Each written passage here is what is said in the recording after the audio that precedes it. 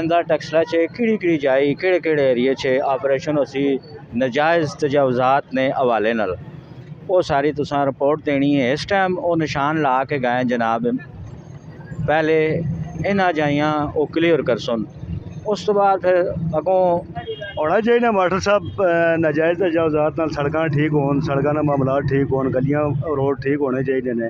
ते अंदरून टैक्सला च बहुत सारे ऐसे एरिए जोड़े भाव गुंजान होन और बहुत पुराने एरिए नो, बहुत पुराने एरिए और इन्हां पुराने सारे एरिया बहुत अच्छा है, बहुत अच्छा है, ये बिल्कुल होना चाहिए।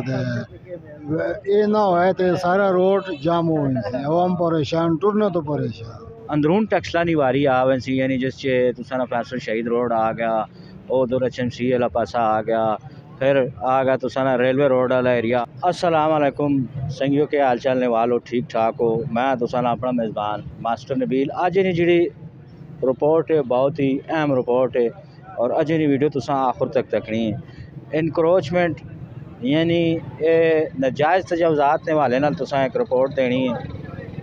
वो ये वे कि आइंदा टैक्सला च किड़ी जाई केड़े एरिए च ऑपरेशन होसी नाजायज़ तजावज़ात ने हवाले नाल वो सारी तुसां रिपोर्ट देनी है। इस टाइम वो निशान ला के गए जनाब, मन ये जड़ा तुसा ना शेर शाह सूरी वाला रोड है वो उस एरिए ने दोवां साइड ते जिहड़ी नाजायज़ तजावज़ात होन पहले इन्हां जाइयां वो क्लीयर कर सुन, उस तो बाद फिर अगों मुख्तलिफ एरियन टैक्सला ने अंदरून टैक्सला ने फिर उन्होंने वारी आसी वारी उन्होंने सारे एरिया क्लीयर किया वैसी। ये बुनियादी तौर पर साफ सुथरा पंजाब जड़ा प्रोग्राम है उसने तहत ये सारा काम पे होना है और ये काम लगा रहा सी। ते तुसां दसने मजीद भाई और किड़ियां जाइयां नो टैक्सले दियां जिथे जनाब अली इथे ऑपरेशन शपरेशन हो सी।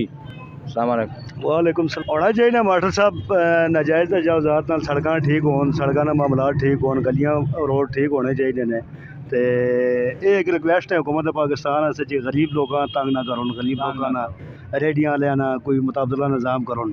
अच्छा, तो सर आखने का मकसद है कि नाजायज़ तजावज़ात वाला ऑपरेशन ज़रूर होना चाहिए जी, बिल्कुल होना चाहिए, लेकिन जेड़े रेडियां वाले या छोटे मोटे जिन्होंने कारोबार इन्हां कोई मुतबादल जहा दी जो ले जी बिल्कुल बिल्कुल ये उत्थे अपना काम कारोबार जेड़ा करो ना अपना निज़ाम भी तुरना रहे।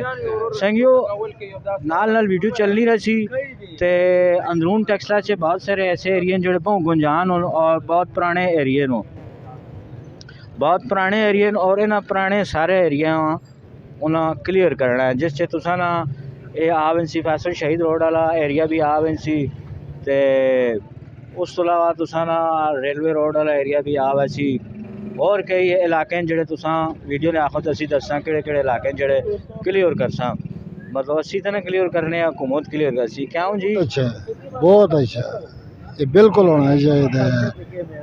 ये ना हो तो सारा रोड जाम हो आवाम परेशान, टुरने तो परेशान।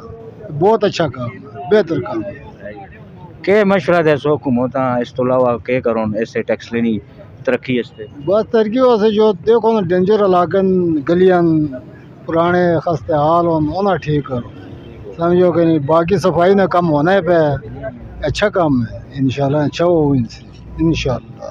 अल्लाह इन्हें हिदायत देवे के ना कैमरामैन हुकूमत वाले हुकूमत वाले मैं पाना कैमरामैन भाई सही कैमरा नहीं लाना। अच्छा संगियो प्रोग्राम असा जारी रही ते मजीद अगर भी तुसा रिपोर्ट देने रहा। फिलहाल ये ठट्ठा खलील रोड तो बाद जनाब अगला उन्होंने प्रोग्राम है शेर शाह सूरी वाला एरिया सारा जितना है, ठीक है ना। उस एरिए च निशान ला गए नो, उत्थे हुण दोवां पासे जेड़ा वो ऑपरेशन हो सी। उस तो बाद फिर अंदरून टैक्सला नी वारी आवन सी, यानी जिस च तुसा ना फैसल शहीद रोड आ गया, उधर HMC वाला पासा आ गया, फिर आ गया तुसा ना रेलवे रोड वाला एरिया आ गया, उधर पर म्यूजियम वाला एरिया आ गया। बहुत सारे एरिए ने ऐसे जेड़े जिन्हें पहले कदे भी हथ नहीं लाया गया है, उन्होंने एरिया भी हथ लाया वैसी। तो ये बहरहाल मुल्क ने विच इस सफाई सुथराई और इनक्रोचमेंट ने हवाले नाल ये प्रोग्राम चलने रहे। कई बार प्रोग्राम कुछ अरसे से होना है वो ठप्या बनना है, लेकिन इस दफ़ा जो बावसूख जराए पे दसते हैं कि यह काम जोड़ा है ये मरबूत तरीके नाल हो सी और मुकम्मल हो सी और इस कि कोई छोटा वड्डा कोई सियासी होया या कुछ होया उस राहत नहीं देती मिंजो लगी। तो हुण तुसां कोलों इजाज़त करने अल्लाह सोने ने वाले।